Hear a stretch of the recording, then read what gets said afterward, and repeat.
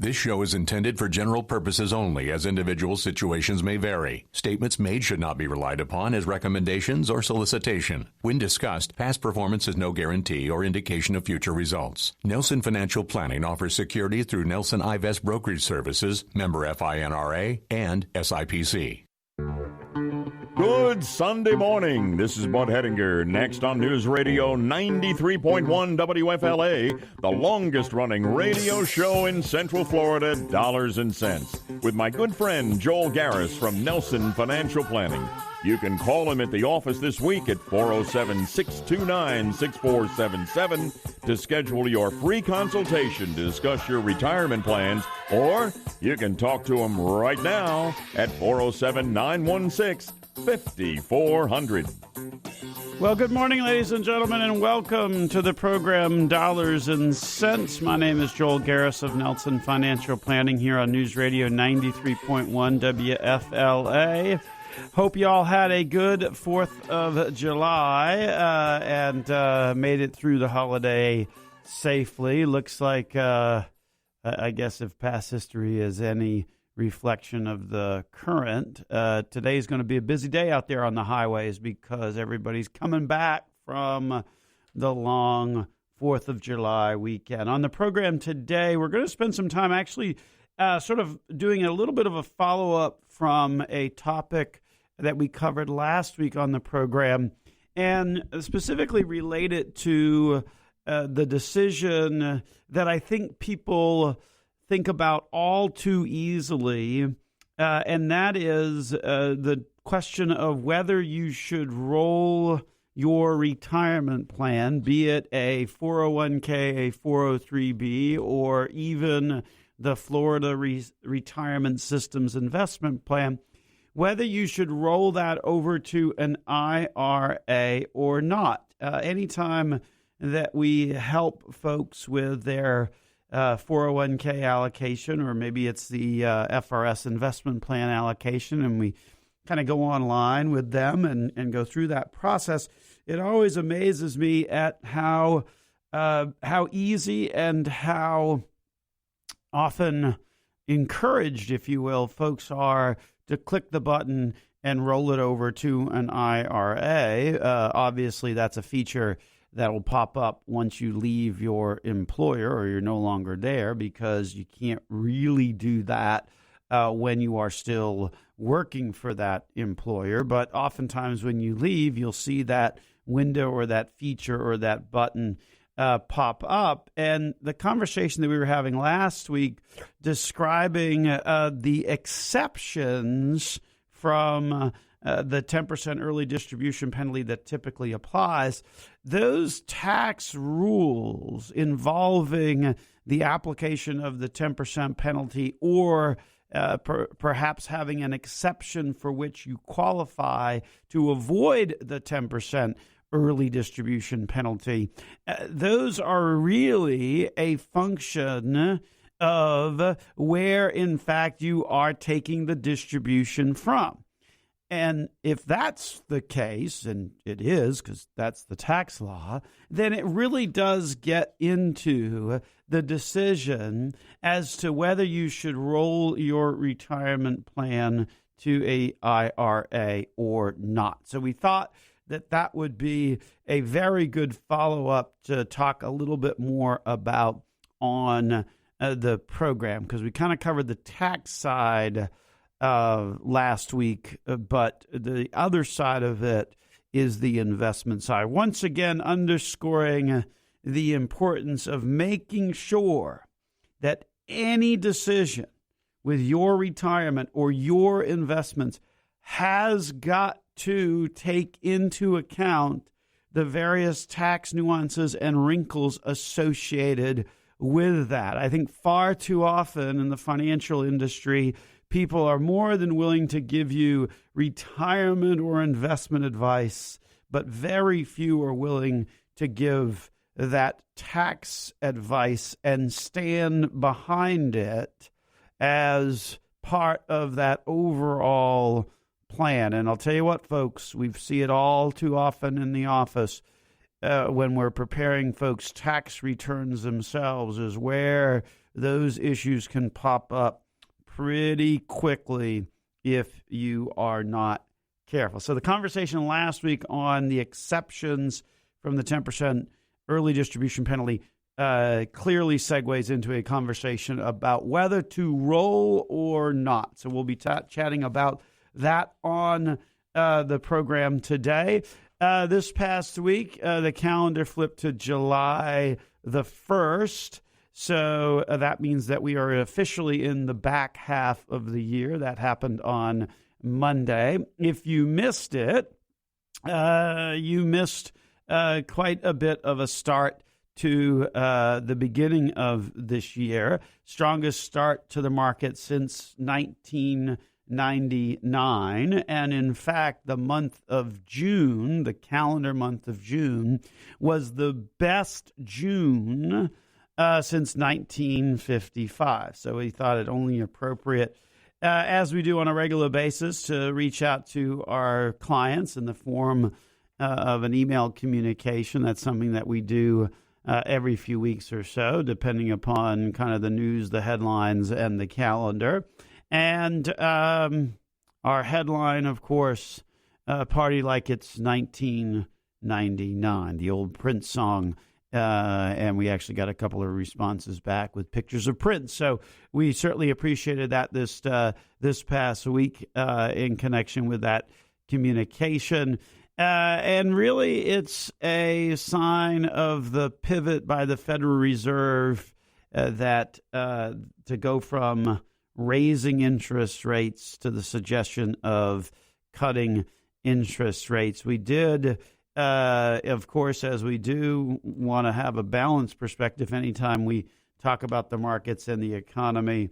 Our chief concern is, of course, the amount of debt, particularly in the programs of Social Security and Medicare, Medicaid, who are paying out at a factor much greater. In the case of Medicare, Medicaid, it's 6 times greater than what they are on average collecting. That is not a sustainable situation. So longer term, as we've said many times before on the program, debt very much on the government level concerns us.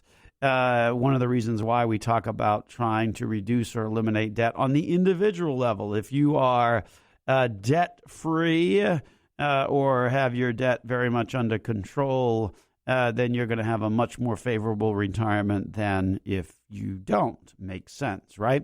The same thing, I think, should be applied to our government, but nobody's really kind of paying attention to that right now. In the shorter term, things to be aware of is if the Federal Reserve does not, in fact, cut interest rates. It's widely expected that later on this month, in another week or so, when the Federal Reserve meets, that they are going to cut interest rates. I think the market is very much pricing that in.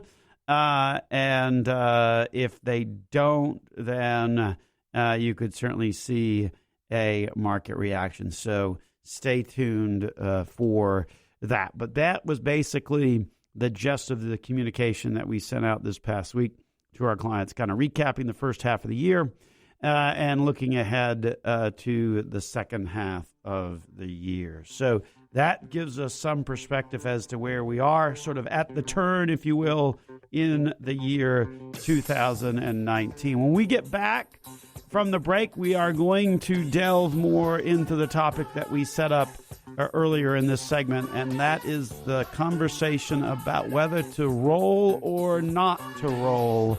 That is the question. When we get back here on Dollars and Cents, this is Joel Garris, Nelson Financial Planning, News Radio 93.1 WFLA.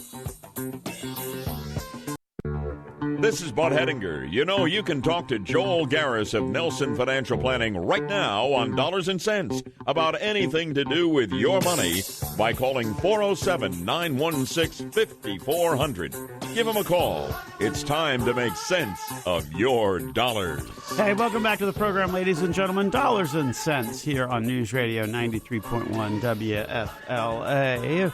Conversation today, to roll or not to roll. Sort of a tie-in to the conversation we had last week about the tax implications of the 10% early distribution penalty, specifically the exemptions that exist out there. There's about a dozen different exemptions that you can take advantage of to avoid the extra 10% penalty that would apply if you take money out of a retirement account before the age of 59 and a half. The age 59 and a half is sort of the traditional age when you can take money out of any type of qualified or retirement plan and not have to worry about it being treated as an early distribution. The reason you want to avoid that is because early distributions come with an extra 10% penalty. Beyond the taxes that you've got to pay on that distribution, it also comes with an extra kicker, an extra cost of an additional 10%. However, there are about a dozen different exceptions that you can claim to be able to avoid that 10% penalty. Now, whether you get to claim them or not depends upon the type of account that you are drawing that money from.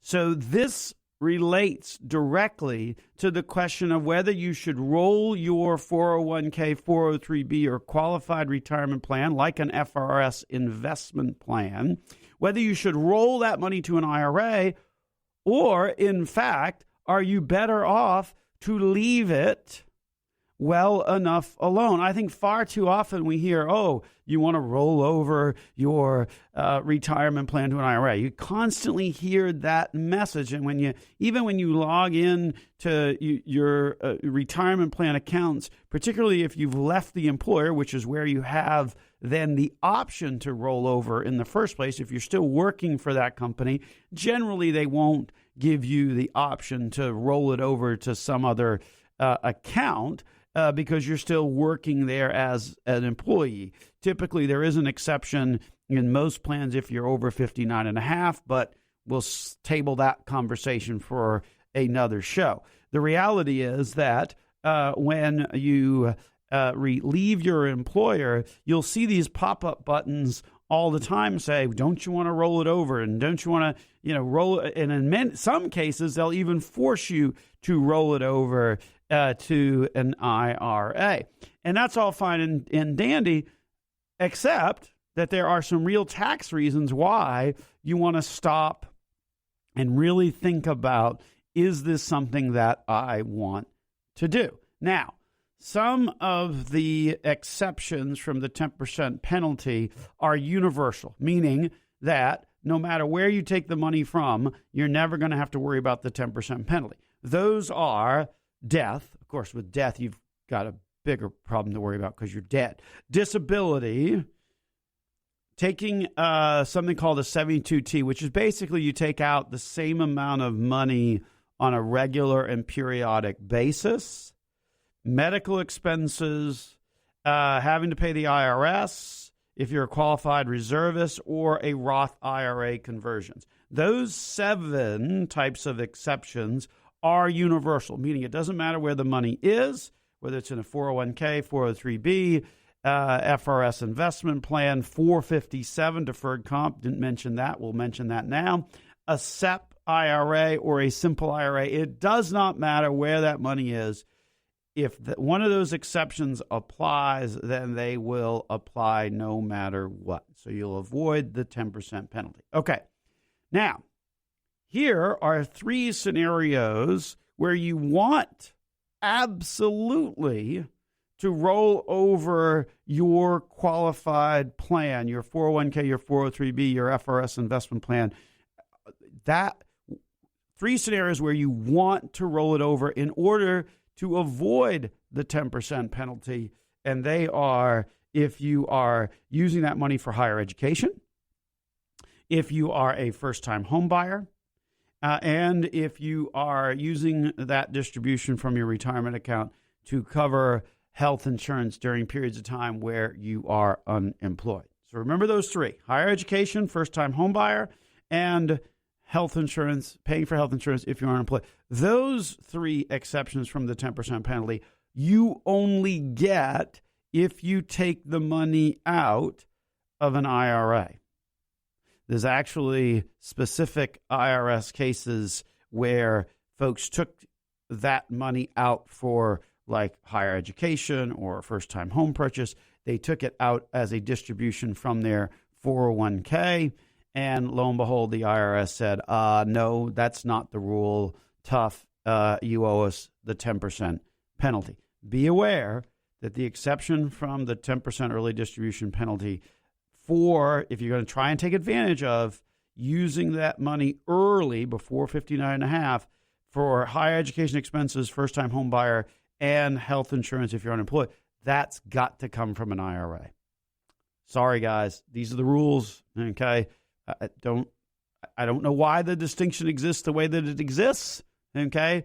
We'll chalk that one up to the good folks at the IRS making the tax code, probably unnecessarily complicated, but it is what it is. Now, let's talk about the 5 scenarios where you do not want to roll over your 401k, 403b, and FRS investment plan, deferred comp. The 5 situations where you really want to leave it where it is. Ignore the advice that you get on a blanket basis from the financial services industry, and do not roll your plan over if one of these 5 exceptions apply to you. Here we go. You're over age 55. This is a big one, folks. You're over age 55, but you're not yet 59 and a half. You can take a distribution from a qualified plan only and avoid the 10% early distribution penalty, but you can't do that in an IRA. So if you retire at 56, 57, 58, and you want to draw income or draw money off of that retirement plan that you've saved for all of those years where you were working, do not follow the normal course of action where people say, oh, you've got to roll it over to an IRA. Don't do that unless you want to pay an extra 10%, which pretty sure you don't want to do that. So age 55, that's over age 55, under 59 and a half. That's a biggie. And that's a big one that you've got to be very much aware of. And one of the chief set of circumstances where, in fact, you do not want to roll over that 401k to an IRA. Another example, if you're over age 50 and you are a public safety employee. Age 50 public safety employee, there's a special exception for those folks, firefighters, police, and the like, that says if you're over age 50, you also are exempt from the penalty. But again, that's got to be a distribution that comes out of a qualified plan. It cannot be a distribution that comes out of the IRA. Otherwise, that's going to be hit with a 10% penalty. Another example where you want to not actually roll over your account. We got 3 more. We'll take a break. When we come back, we'll hit the last 3. And hopefully this conversation, folks, is giving you some insight into the fact that there's a little bit more to it. This conversation of just simply roll over your account. There's some tax wrinkles as well that are pretty important along the way. We'll continue the conversation here on Dollars and Cents. This is Joel Garris of Nelson Financial Planning, News Radio 93.1 WFLA.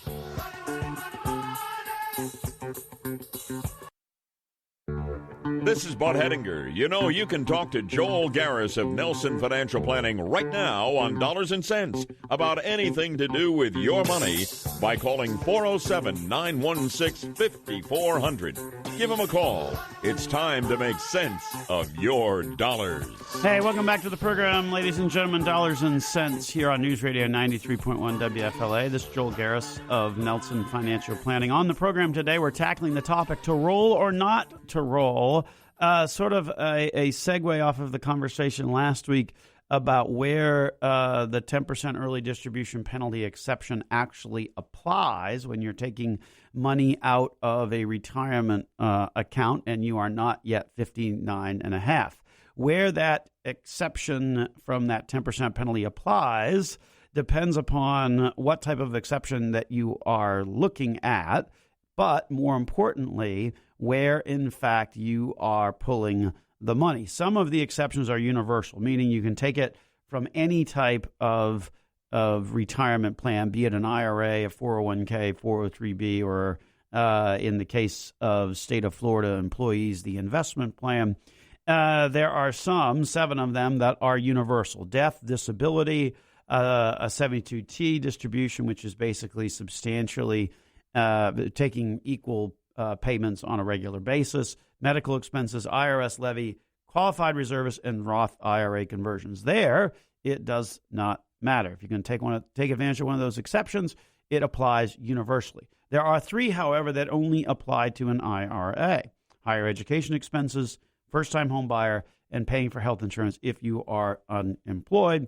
And then lastly, there are 5 that apply if you are taking money out of a plan only, meaning in order for them to apply, you've got to be taking money out of a qualified retirement plan, like a 401k, 403b, or in the example of state employees, the investment plan.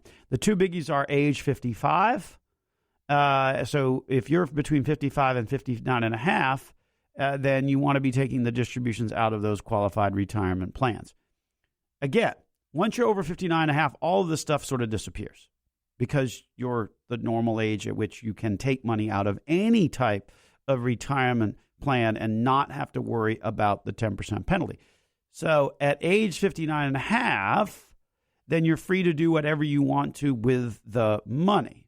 And not more often than not, I would say 99 times out of 100, if you're age 59 and a half, then you want to ultimately roll that money over to an IRA. Why? Because an IRA does have greater flexibility for your beneficiaries when you pass. An IRA also allows you greater flexibility in terms of the tax withholding that you can apply as you're taking distribution out of that account. With an IRA, you can set the tax withholding at whatever percentage that you want. And obviously, you want to set that percentage at what is unique and specific to you.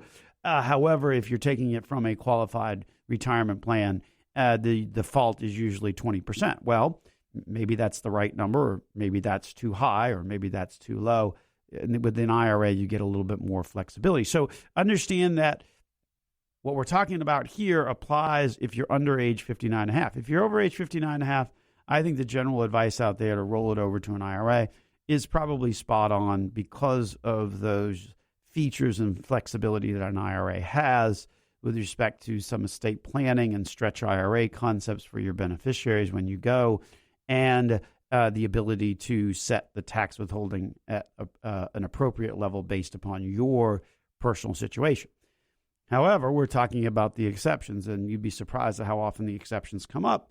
They come up a lot. The biggies, age 55 and over age 50, if you are a public safety employee, if you're going to take advantage of those, that has to be on a distribution out of a qualified retirement plan. It doesn't work if it comes out of an IRA.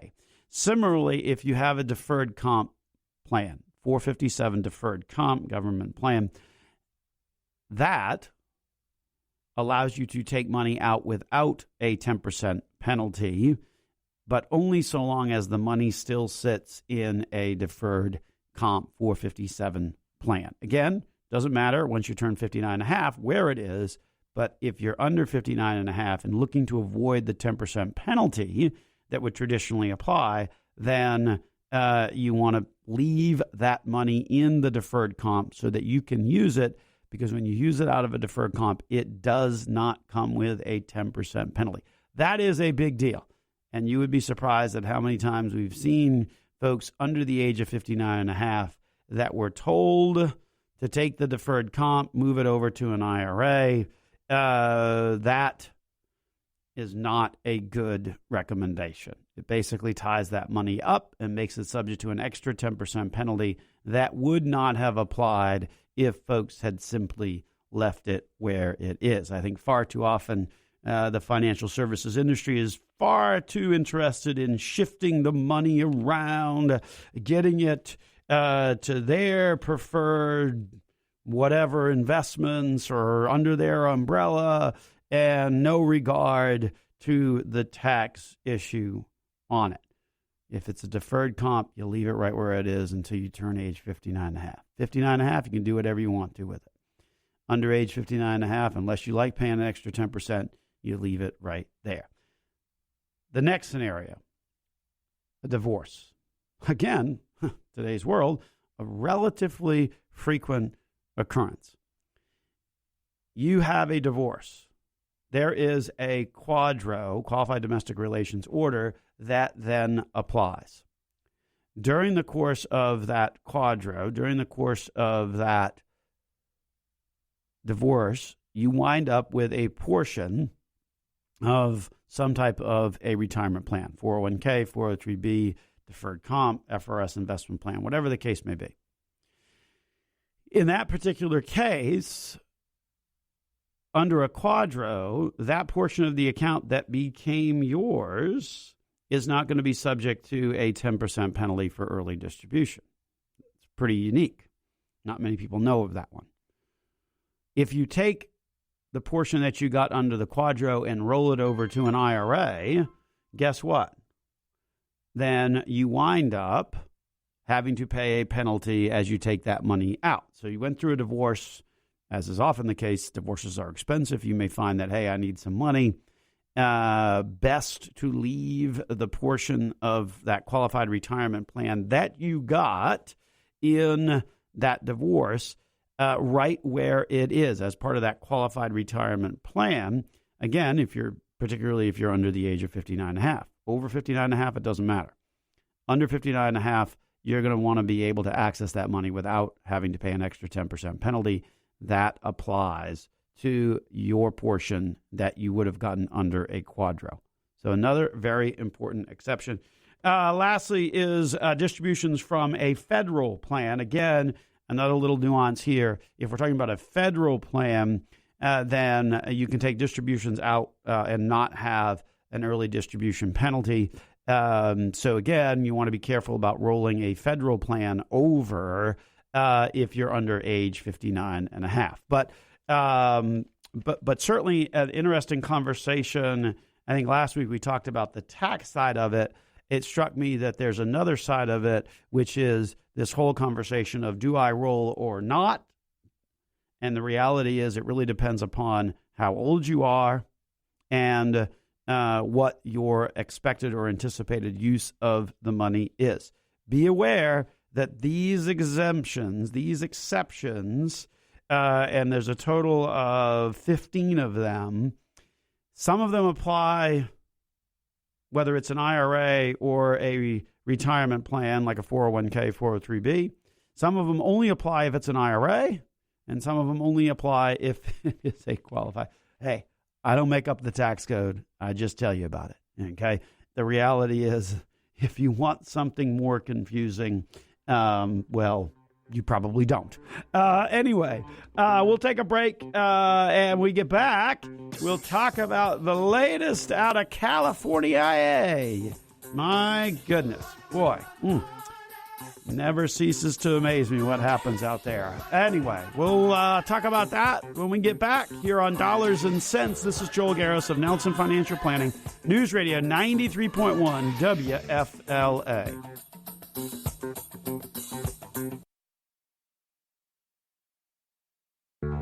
This is Bud Hedinger. You know, you can talk to Joel Garris of Nelson Financial Planning right now on Dollars and Cents about anything to do with your money by calling 407-916-5400. Give him a call. It's time to make sense of your dollars. Welcome back to the program, ladies and gentlemen. Dollars and Cents. This is Joel Garris of Nelson Financial Planning. Hope you all enjoyed the 4th of July weekend. I guess it's back to the regular work week this coming week. Speaking of working and the work week, I guess that segues us into what the latest is out of California. Last Monday, July 1, was the launch of the California state-run auto IRA program. Fantastic, okay? Just what we need is another option to further confuse the investing public as to what their options are. We've talked about this on the program before. There are a number of states that in their infinite wisdom have decided that they should also provide IRA-type accounts to their state residents. States like Illinois, who, does such a phenomenal job of running their own finances, that they thought it would be a good idea to get involved in your finances. Anyway, here's what it is. Here's how it works. State of California, SB 1234, okay, created Cal Savers. Cal Savers requires that all employers with 5 or more employees who don't already offer a retirement plan must begin offering a plan from the private marketplace or register for Cal Savers based upon the deadlines that are staggered over the course of the next 3 years. Registration deadline for an employer with 100 or more employees is June 30th of 2020. 50 employees to 100 employees got to register by June 30th of 2021. And employers with 5 to 50 must register by June 30th, 2022. So one more thing that businesses have to do, okay, in terms of paperwork and all the nonsense that's associated. It's not like businesses don't have any other forms to file. So now the good folks in California said, okay, we're going to make you do this as well. Now, don't get me wrong. The point of these programs is to try to address the fact that many Americans do not really save for retirement. You hear those numbers all the time. They're abysmal at best. The average American has saved, basically a year's worth of income for their future retirement. That's not good. But the solution, in our opinion, is not to start to get these states involved to run their different programs. It's really more about educating the investing public as to the options that are already out there. There's no reason that I, as an employee or an employer, must go through a state-run plan when the IRA already exists. And if your employer doesn't have a retirement plan, frankly, even if they do, there's nothing to stop you, the individual, from setting up your own IRA. Remember, IRA stands for Individual Retirement Account.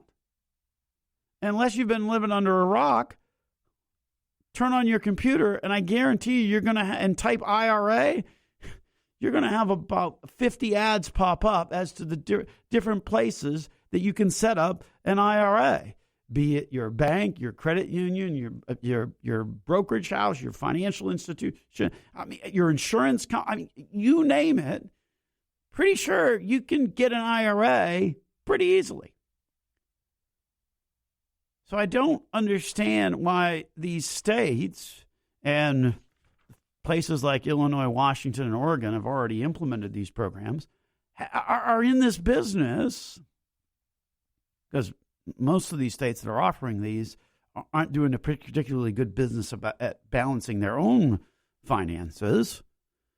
Why these states feel that they need to roll out yet another option, put another burden on businesses in their communities, all for an account that already exists. It just doesn't make any sense at all. The only explanation, in my opinion, is it's just another way for the government to know what you're doing. Sorry, don't mean to be dramatic on that, but there's no reason why the states have to get involved in offering retirement plans to individuals. The option exists. It's an IRA, or if you want to do a Roth, that's fine as well. But you've literally got to be living under a rock if you think that it's difficult to set up an IRA or a Roth. Google it, and I guarantee you there'll be about 50 different people that want to open one for you. And it's not like IRAs can't be opened with low minimums. An IRA account can usually be opened with as little as $25 a month. So you're not talking big dollars by any stretch of the imagination. It's very paternalistic for these states to then get involved. And the whole thing is really up for confusion for a couple of different reasons. Number one, the whole reason why states got into this was that the Department of Labor provided a safe harbor from ERISA, which is the Employee Retirement Security Act, that preempted and made the state-based retirement savings program possible.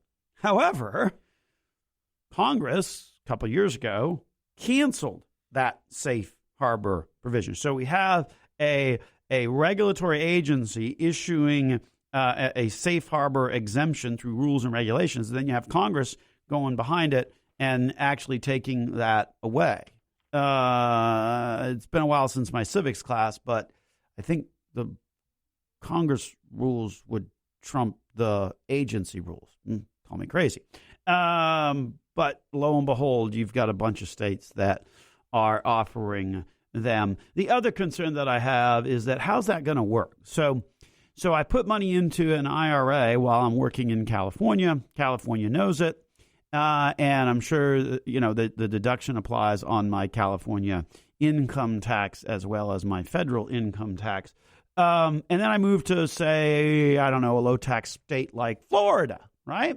But the IRA that I set up was a California IRA. So how's that going to work when I want to take the money out? Am I going to have to pay taxes to California? I mean, if you've ever had to deal with taxes in California, you can pretty much bet on the fact that when you take the money out of that California IRA, the old folks in California are going to want a cut of that, because they pretty much want a cut of anything. If you've ever worked through and looked at a California tax return, we've got many clients, that have had to pay California taxes, and they're like, I've never been to California. And I'm like, well, this investment had a piece that was in California, so that's how it works out in California.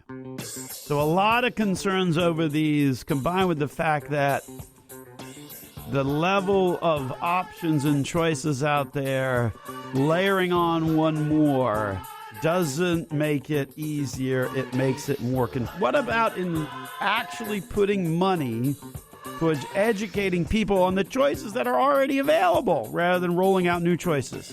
Call me crazy on that one. Anyway, I'll be back next week as we do each and every week. We'll wrap it up and get on out of here. This is Joel Garris of Dollars and Cents of Nelson Financial Planning, News Radio 93.1 WFLA.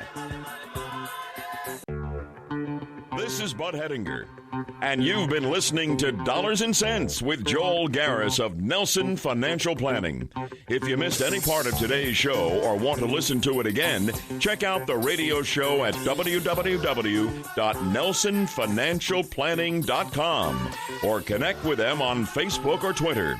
Be sure to call Joel this week at 407-629-6477 to schedule your free consultation to discuss your retirement plan.